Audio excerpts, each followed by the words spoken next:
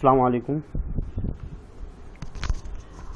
ربی زدنی علما ربی زدنی علما ربی زدنی علما.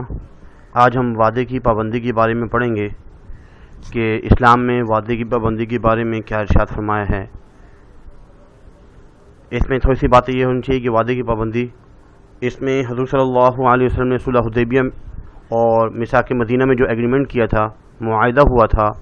میثاق مدینہ یہ تو یہودیوں کے ساتھ ہوا تھا جب آپ صلی اللہ علیہ وسلم مدینہ پہنچے، اور جب صلح حدیبیہ جو ہے یہ قریش مکہ والوں کے ساتھ ہوا تھا.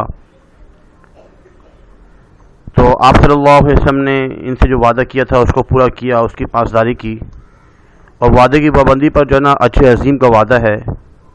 اور وعدے کی پابندی کا مطلب یہ ہوتا ہے کہ ہم وعدہ جو ہے اس کو پورا کریں، اور ذمہ داری وہ جو ہے نبھانا، جو ہماری ذمہ داری ہے اس کو نبھانا بھی وعدے میں جو ہے شامل ہے. اس کے بعد اس میں کچھ سوالات آ سکتے ہیں.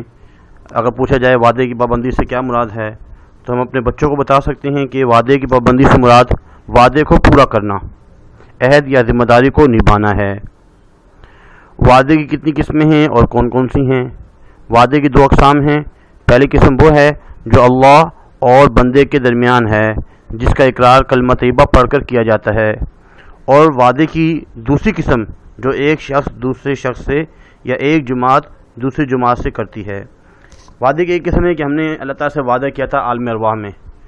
اللہ تعالیٰ نے فرمایا تھا کہ لست بربکم، کیا میں تمہارا رب نہیں ہوں؟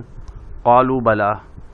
تو ہم نے وہاں پہ وعدہ کیا تھا اللہ دنیا میں جا کے آپ کے حکم مانیں گے اور حضور صلی اللہ علیہ وسلم کے طریقوں کے مطابق زندگی گزاریں گے. تو کلمے میں بھی اس چیز کا اقرار کیا جاتا ہے، یہ ہم نے اللہ سے وعدہ کیا ہے. اور دوسرا وعدہ یہ ہے کہ ہم ایک دوسرے سے وعدہ کرتے رہتے ہیں کہ میں آپ سے وعدہ کرتا ہوں میں یہ فلاں کام کروں گا، یہ وہ، یا ایک گروپ جو ہے یا ایک گروہ ایک جماعت جو ہے دوسروں کے ساتھ کر رہے ہوتے ہیں.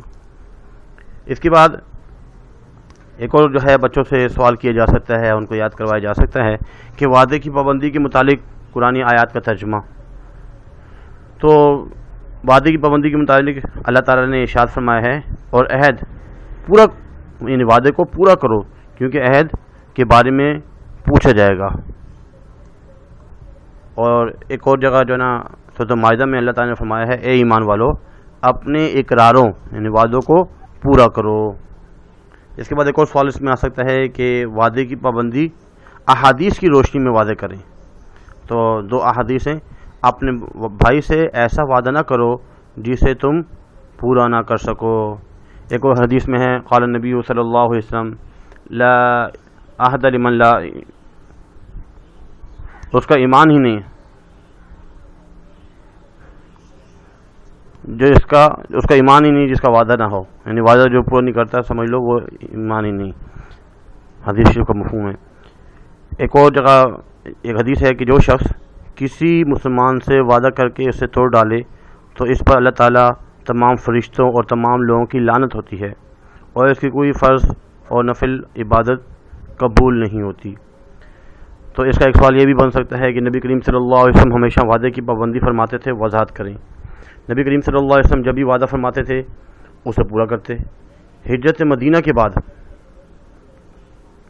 ہجرت مدینہ کے وقت نبی کریم صلی اللہ علیہ وسلم نے یہودیوں اور دوسرے قبائل سے ایک معاہدہ کیا تھا جسے میثاق مدینہ کہتے ہیں، اور دوسرا معاہدہ کفار سے کیا جسے صلح حدیبیہ کہتے ہیں. حضور صلی اللہ علیہ وسلم نے نہ کبھی خود ان معاہدوں کی خلاف ورزی کی اور نہ ہی مسلمانوں کو کرنے دی. اس کے بعد ہے وعدے کی پابندی کے فوائد لکھیں. وعدے کی پابندی سے انفرادی اور اجتماعی دونوں فوائد حاصل ہوتے ہیں. اس میں سے ایک یہ ہے کہ معاشرے میں بہتری پیدا ہوتی ہے.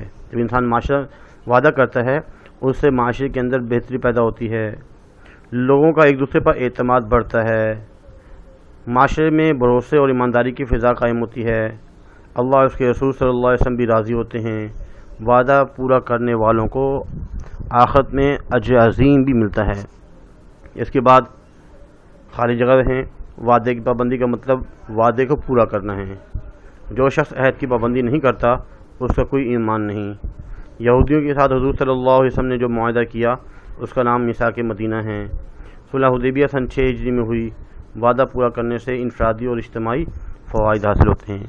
تو بچوں آج جو ہے نا ہم نے وعدے کی بارے میں پڑھا، وعدے کی پابندی اور وعدے کی پاسداری پڑھا۔